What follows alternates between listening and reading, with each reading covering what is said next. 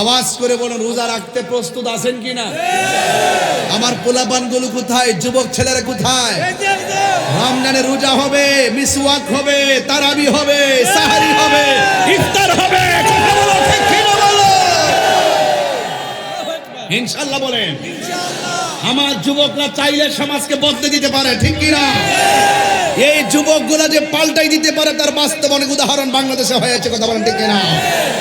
এই যুবকগুলা যদি আগামীকালকে ব্যানার নিয়ে ফরিদগঞ্জের রাস্তায় নেমে বলে দিনের বেলা দোকানপাট, রেস্তোরাঁ, হোটেল এগুলো খোলা যাবে না, এগুলো বন্ধ রাখতে হবে, বেহায়াপনা চলবে না, উলঙ্গপনা চলবে না, রমজান মাসে অশ্লীলতা চলবে না, চাঁদাবাজি চলবে না, দুর্নীতি চলবে না, রাহাজানি চলবে না, মারামারি চলবে না, হাত তুলে বলো, ঠিক কিনা বলো?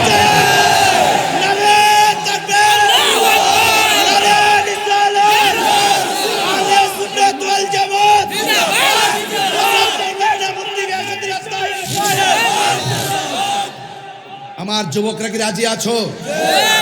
ইনশাআল্লাহ বলেন, আরো বড় করে বলেন ইনশাআল্লাহ। আমরা অন্যায়কে হ্যাঁ বলবো না না বলবো? অন্যায়কে না বলবো, অশ্লীলতাকে না বলবো। আমরা যুবক যদি দাঁড়িয়ে যাই ইনশাআল্লাহ সমাজ পাল্টে যাবে। কথা বলেন, ঠিক কিনা? আমার ভাইয়েরা, অনুরোধ করে বলছি, আপনাদেরকে বলছি, রোজা এসেছে মেহমান, আবার চলে যাবে। সবার ভাগ্যে রোজা জুটে না। কথা বলেন, ঠিক কিনা? রাসূল করিম সাল্লাল্লাহু আলাইহি ওয়াসাল্লাম বলছেন, রোজাদারের জন্য রোজা আস-সাইমু ফারহাতান, রোজাদারের জন্য দুইটা আনন্দ। একটা আনন্দ হলো ইফতারের সময়, আর একটা আনন্দ হলো ইনদা লিকায়ে রাব্বিহি, আর একটা আনন্দ হলো হাসরের মাঠে আমার আল্লাহর সাথে দিদারের সময়।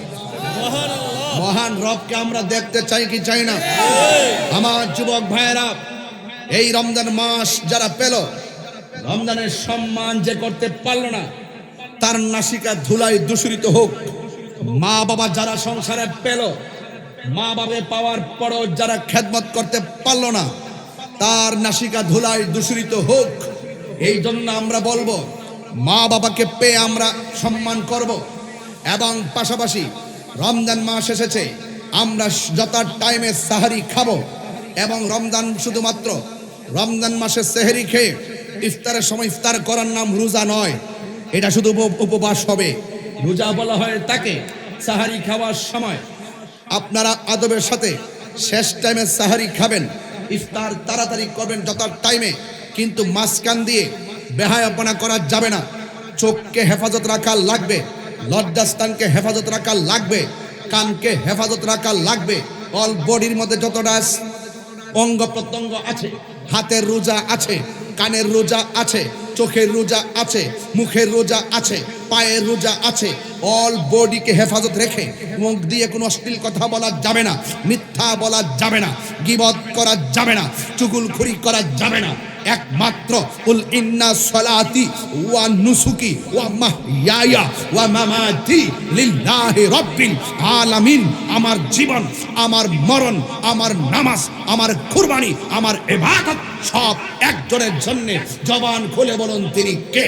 আল্লাহ। রোজার জন্য প্রস্তুত আছি তো সবাই ইনশাআল্লাহ? তাহলে আওয়াজ করে বলুন, রোজাদারের জন্য কয়টা আনন্দ? আরো জোরে, রোজাদারের জন্য কয়টা আনন্দ? নাম্বার 1, ইফতারের সময়। কিন্তু ইফতারের টাইমে একটা কথা বলে যায়, যেই মাটা চুলার পারে বসে ইফতারটা বানালো, তাকে নিয়ে বসে ইফতার করতে হবে। যে স্ত্রী আপনার সারাদিন পুইরা আগুনে পুইরা ইফতারটা বানালো, তাকে নিয়ে সুন্দর করে ইফতার করতে হবে। সে যদি ইফতারের টাইমে চুলার পারও থাকে, অন্তত তার ইফতারটা একটা প্লেট দিয়ে তার সামনে রেখে দিবে।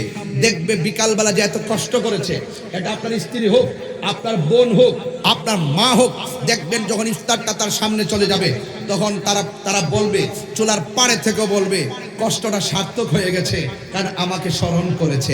কথা বলেন, ঠিক না বেঠে? আর যদি কোনো সময় ইফতারের মধ্যে লবণ কম হয়ে যায়, কখনো ধমক দিবেন না। ইফতারের মধ্যে যদি মরিচ কম হয়ে যায়, ধমক দিবেন না। মনে রাখবেন, আপনি যেমন রোজা, সেও রোজা। হয়তো বা টেস্ট করতে পারে নাই, একটু কম হয়েছে, লবণ দিয়ে খেয়ে নেবেন।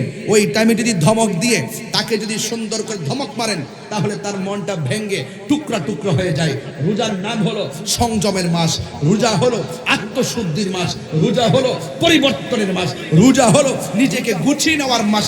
রমজান এসেছে, এই রমজান মাসে আমাদেরকে আল্লাহ পর্যন্ত পৌঁছার যাবতীয় প্রসেস করতে হবে। কথা বলেন ঠিক না বেঠে? আওয়াজ করে বলুন, রোজা রাখলে লাভ না লস? এখন যারা রোজা রাখেন আর সারাদিন মোবাইল টিপেন, নামাজের আজান হয়, আজানে হলে নামাজ মসজিদে যান না, জোহরে আজান হয় যান না, আসরে আজান হয় যান না, কিন্তু মাগরিবের টাইম যখন হয় ইফতারটা করে কোনো রকম মসজিদে যান। আবার তারাবির নামাজ প্রথম 10 রোজা মোটামুটি নিয়মিত, 15 রোজা পর্যন্ত আর খবর নাই, 20 রোজা পর্যন্ত খবর নাই, আবার 27টার সময় মসজিদে জায়গা নাই। আল্লাহর সঙ্গে ইবাদতের ক্ষেত্রে এই রকম চালাকি করা যাবে না, কোনো ধরনের বাটপারি করা যাবে না। মনে রাখবেন, ইবাদত ফরজ করেছেন কে? আল্লাহ। রোজা যেমন ফরজ, নামাজও ফরজ। এই রোজা কেন এসেছে?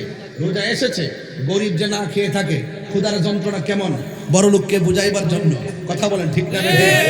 রোজা এসেছে আপনার মাঝে কন্ট্রোল ডিভাইসকে ইজি করার জন্য, যেন আপনি বুঝতে পারেন একমাত্র রোজাই মানুষকে অত্যন্ত মিতব্যয়ী করে রাখে। এই রোজা মানুষকে অত্যন্ত নরম দিল করে রাখে। এই জন্য রোজা এসেছে। রোজাটা যদি ঠিক মতো যদি আপনি আদায় করতে পারেন, আমি বলে দিয়ে যাই কি হবে। রোজা যদি নিয়মিত আদায় করতে পারেন, তাহলে আল্লাহ পাক এর হাবিব বলতেছেন, রোজা রাখার পরে শেষ চাঁদ যখন উঠে যায়, উঠার পরে যখন ঈদগার মাঠে যায়, ঈদগার মোড়ে মোড়ে ফেরেশতারা এইভাবে হাত গুটিয়ে দাঁড়িয়ে থাকে তার গুনাহগুলো হাতে নেওয়ার জন্য। শুধু তাই নয়, যখন ওই ঈদগার ময়দানে যায়, ময়দানে যাওয়ার পরে সে যখন যাওয়ার আগে কোনো অনাহারীকে খাবার দিয়ে যায়, কোনো বস্ত্রহীন মানুষকে বস্ত্র কিনে দেয়, আল্লাহর হাবিব বলেন আল্লাহ পাক জান্নাতে তার জন্য জামা কাপড়ের ব্যবস্থা করে দেন। এই কথাগুলো কি সাধারণ অফার বলতেছি? অনেক গুরুত্বপূর্ণ অফার বলতেছি, শুধু আপনাদেরকে বুঝাইবার জন্য। এই জন্য রোজা এমন একটা ইবাদতের মাস, যেই ইবাদতের মাসের মধ্যে একটি রাত আছে, ওই রাতের নাম হলো লাইলাতুল কদর। রহমত, মাগফিরাতের, নাজাতের এই সুন্দর মহিয়ান সময়গুলো এমন একটি গুরুত্বপূর্ণ। যেমন রাসূল বলছেন, যারা রমজান মাসে কোরআন তেলাওয়াত করবে, কি তেলাওয়াত করবে? আরো বড় করে কি তেলাওয়াত